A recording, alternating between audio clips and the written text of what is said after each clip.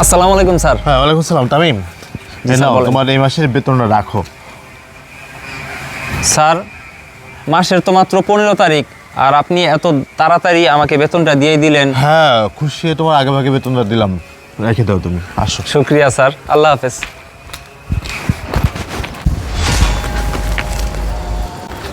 কি ব্যাপার, সব সময় তো স্যার আমাকে মাসের 1 তারিখে বেতন দেয়। যদি সমস্যা থাকে সেক্ষেত্রে তো 2 তারিখ কিংবা 5 তারিখও হয়, কিন্তু এই মাসে দেখলাম অ্যাডভান্স আমাকে টাকাটা দিয়েই দিল। ব্যাপারটা কি? যাই হোক, গুনে দেখি।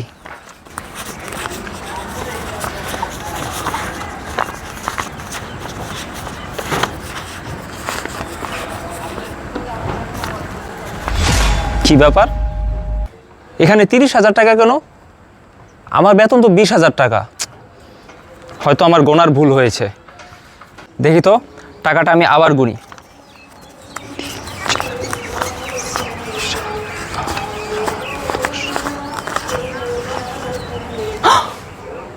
আসলে সত্যিই তো, স্যার তো আমাকে 10,000 টাকা বেশি দিয়েছে। স্যার তো আমাকে বিপদে ফেলে দিল, হয়তো ভুল করে দিয়ে দিয়েছে। বুঝলাম না, কোনো কিছুই আমার কাছে ঠিকঠাক লাগতেছে না। মাসের 15 তারিখ, এখন আমাকে অ্যাডভান্স টাকা দিয়েই দিল। এই 10,000 টাকা আমি কি করি? হ্যাঁ, এই 10,000 টাকা দিয়ে আমি আমার মায়ের চিকিৎসা করাবো। চিকিৎসার অভাবে আমার মা খুব কষ্ট পাচ্ছে, আর এই 10,000 টাকায় আমার মায়ের চিকিৎসা হবে, ওষুধের খরচও ঠিকঠাকভাবে চলে যাবে। এক কাজ করি, এই টাকাটা আমি মেরে দেই। দেখো দেখো, তুমি না সিকিউরিটি গার্ডকে তুমি অনেক বিশ্বাস করো। দেখছো, তোমার বিশ্বাস আছে? দেখছো টাকাগুলো কেমনে পকেটে ঢুকে দিচ্ছে? দেখো, তুমি নিজে চোখে দেখো। একটু দাও, টাকাটা আসলে কি করো? ওই পকেট দেখো করে দেখো, কারো জানি ফোন দিতেছে, দেখছো? এই টাকাটা সব তুমি ছাইরা দাও, তুমি আর এই টাকা পাবা না। তুমি না সবসময় বেশি কথা বলো, আমাকে একটু দেখতে দাও না। ও তো ফোনটা তো অন্য কোথাও তো দিতে পারে না। বেশি কথা বলে। দেখো দেখো দেখো, টাকা নিয়ে আসছে। দেখো দেখো দেখো, কোথাও ফোন দিছে, টাকা পুরো মারে গেছে। আরে দাঁড়াও না, আমার তো দেখি না ওই টাকাটা কোথায় নিয়ে যায়, কি করে একটু দেখি। তুমি দাঁড়ায় দাঁড়ায় দেখো, আর ওই টাকা নিয়ে চলে যাক। তুমি দেখতেছো না ফোন দিতেছে কোথায়? হ্যালো, হ্যাঁ বন্ধু। হ্যাঁ বন্ধু, বল। বন্ধু, তুই কোথায় আছিস? এই যে আমি একটু বাইরে আসলাম। বন্ধু, তোর কাছে আমি একটা বিষয় শেয়ার করলাম। কি বল? আরে তুই তো জানিস আমি সিকিউরিটি গার্ডে চাকরি করি, 20,000 টাকা বেতন পাই। আর আজকে মাসের 15 তারিখ স্যার আমাকে অগ্রিম স্যালারি দিয়ে দিয়েছে, তাও 10,000 টাকা বেশি। তো ভালো তো, মেরে দে টাকাটা। আরে বন্ধু রাখতো, তোকে আমি ফোন দিলাম কোথায় তুই আমাকে একটা ভালো পরামর্শ দিবি, আর তুই আমাকে বদবুদ্ধি দিতেছস। না না, তুই রাখ ফোন। না, যেটা উচিত আমি সেটাই করব। এই 10,000 টাকা আমি স্যারকে ফেরত দিয়ে দিব। এই হারাম টাকা আমি কখনো নেব না। আর আমার মায়ের চিকিৎসা, না না, এই টাকা দিয়ে আমি আমার মায়ের চিকিৎসা করাবো না। এই টাকা বরঞ্চ আমি আমার স্যারকেই ফেরত দিয়ে দিব। এই দেখো, আমি আর এই জায়গায় এক মুহূর্ত দাঁড়াবো না। চলো, ওকে আর আজকে হাতে নাতে ধরবো। চলো আসো। চলো। সালাম আলাইকুম স্যার। ওয়ালাইকুম স্যার, একটু আসসালাম। কথা আছে, দাঁড়ান। জি বলো। স্যার, কথাটা যে কিভাবে বলি। কি ছুরি লাগবে? সামনে কি তোমার বিয়ে? না না স্যার, এমন কোনো বিষয় না। তাহলে Okay. কি বিষয় বলো বলো। স্যার, কথাটা হলো, স্যার প্রতি মাসে 1 তারিখে তো আপনি আমার বেতন বুঝিয়ে দেন, কিন্তু আজকে মাসের 15 তারিখ আপনি আমাকে অগ্রিম বেতন দিলেন। হ্যাঁ, তোমাকে তো দিয়ে দিছি, এটা তো ভালো হয়েছে। আসলে ব্যাংকে আমার একটা কাজ ছিল, ব্যাংকে গিয়েছিলাম, ভাবলাম কিছু টাকাও তুলে নিয়ে আসি, সাথে তোমার বেতনটাও তুলে নিয়ে আসি, তাই তোমার বেতনটা দিয়ে দিলাম। তা কি হয়েছে, কোনো সমস্যা হয়েছে নি? হ্যাঁ স্যার, সমস্যা তো হয়েছে। সেটা হলো আপনি আমাকে 10,000 টাকা বেশি দিয়েছেন।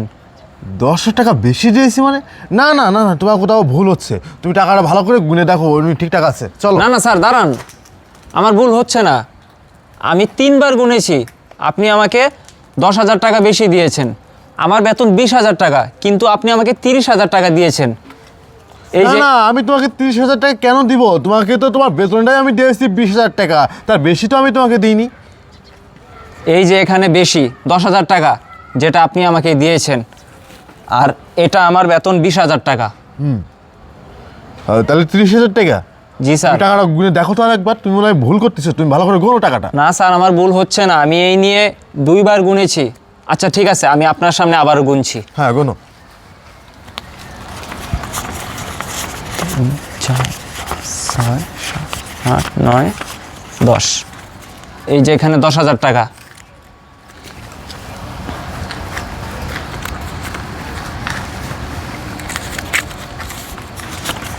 তিন, 4, 5, 6, 7, 8, 10। এটা আমার বেতন 20,000 টাকা। এই বাড়তি 10,000 টাকা আপনি হয়তো আমাকে ভুলে দিয়েছেন। দেখুন স্যার, এই টাকার হক তো আমার না, এটা আপনার টাকা, আপনি আপনার কাছে রেখে দেন। না, যেহেতু 10,000 টাকা বেশি গেছে, তুমি চাইলে তো 10,000 টাকা তোমার কাছে রেখে দিতে পারতে, তাহলে তুমি আমাকে দিয়ে দিচ্ছ কেন?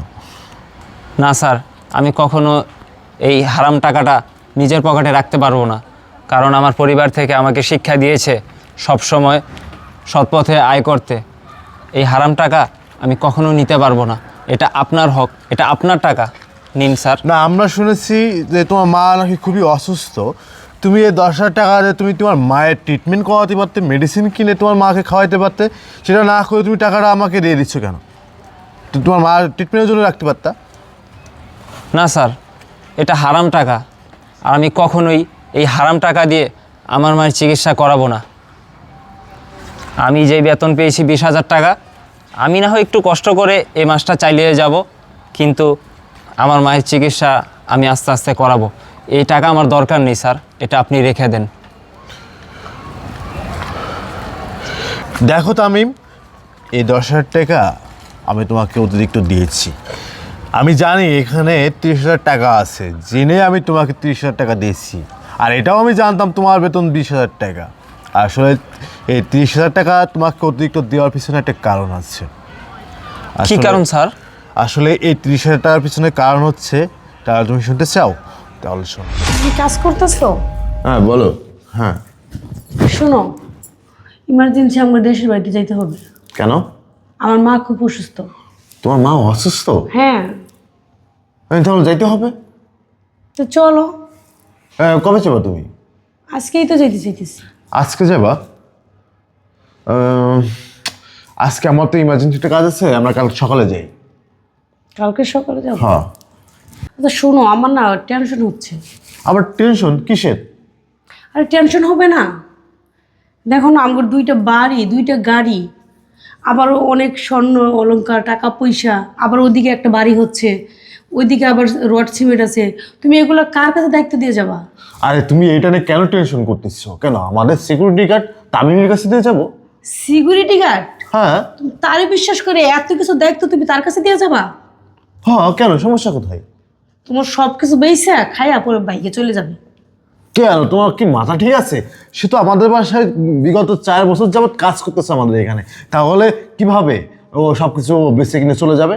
তুমি বিশ্বাস করো, আমি বিশ্বাস করি না, বুঝছো? তোমার তো ওই রড সিমেন্টগুলো আছে না, ওগুলো সব বিক্রি করে দিবে। আরে তোমার এগুলো সব ভুল ধারণা, ছেলেটা খুবই ভালো, আমি তাকে দেখেছি। ভালো না? তা এখন তুমি কি করতে চাচ্ছ? শোনো, ওর একটা পরীক্ষা করার দরকার। কি পরীক্ষা করবা তুমি? আচ্ছা শোনো, তোমার কানে কানে বলি। তাহলে শুনলে তো তামিম, আসলে এই পরীক্ষাটা করলাম শুধুমাত্র তোমার ম্যাডামের জন্য। আমরা কিছুদিনের জন্য গ্রামে যাব। তোমার ম্যাডামকে বলেছিলাম যে আমাদের বাসায় যে সিকিউরিটি গার্ডটা আছে, এই গার্ডই সব কিছু দেখাশোনা করবে, কিন্তু তোমার ম্যাডাম তোমাকে কখনো বিশ্বাস করতে পারে না। তাই আমি তোমাকে এই টাকাগুলো দেওয়ার পরে তোমার ম্যাডামকে দেখালাম যে আসলে আমাদের সিকিউরিটি গার্ডটা ভালো কি খারাপ। তাহলে তুমি দেখলে তো, আমি তোমাকে বলছিলাম না যে আমাদের সিকিউরিটি গার্ড কখনো এ ধরনের কাজ করতে পারে না। তুমি না জেনে না বুঝে একটা মানুষকে না অনেক ধরনের বদনাম করেছো, তাকে তুমি চোর বলেছো, এটা কিন্তু তোমার উচিত হয় নাই। আচ্ছা তামিম ভাই আমার, তোমাকে আমি না বুঝা অনেক কথা বলেছি আর অনেক ভুল বুঝছি, তুমি আমার মাফ করে দিও। না না ম্যাডাম, এসব কি বলছেন?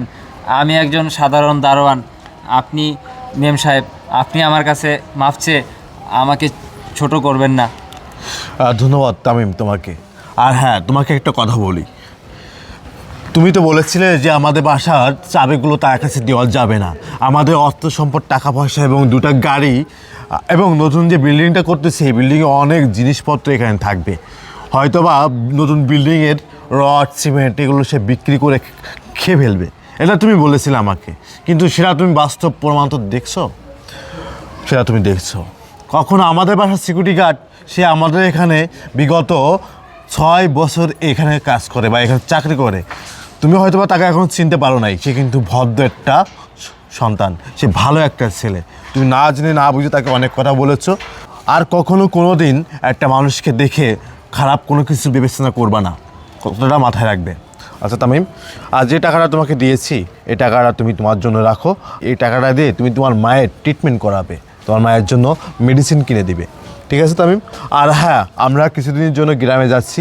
এই বাড়ি, এখানে সিমেন্ট এবং রড অনেক জিনিসপত্র আছে, এগুলো তুমি দেখাশোনা করবা, ঠিক আছে ভাই? আচ্ছা ঠিক আছে স্যার, আমি একদম সুন্দরভাবে এসব কিছু দেখে শুনে রাখবো। আপনারা নিশ্চিন্তে গ্রামের বাড়ি থেকে ঘুরে আসুন। ধন্যবাদ ভাই, চলো।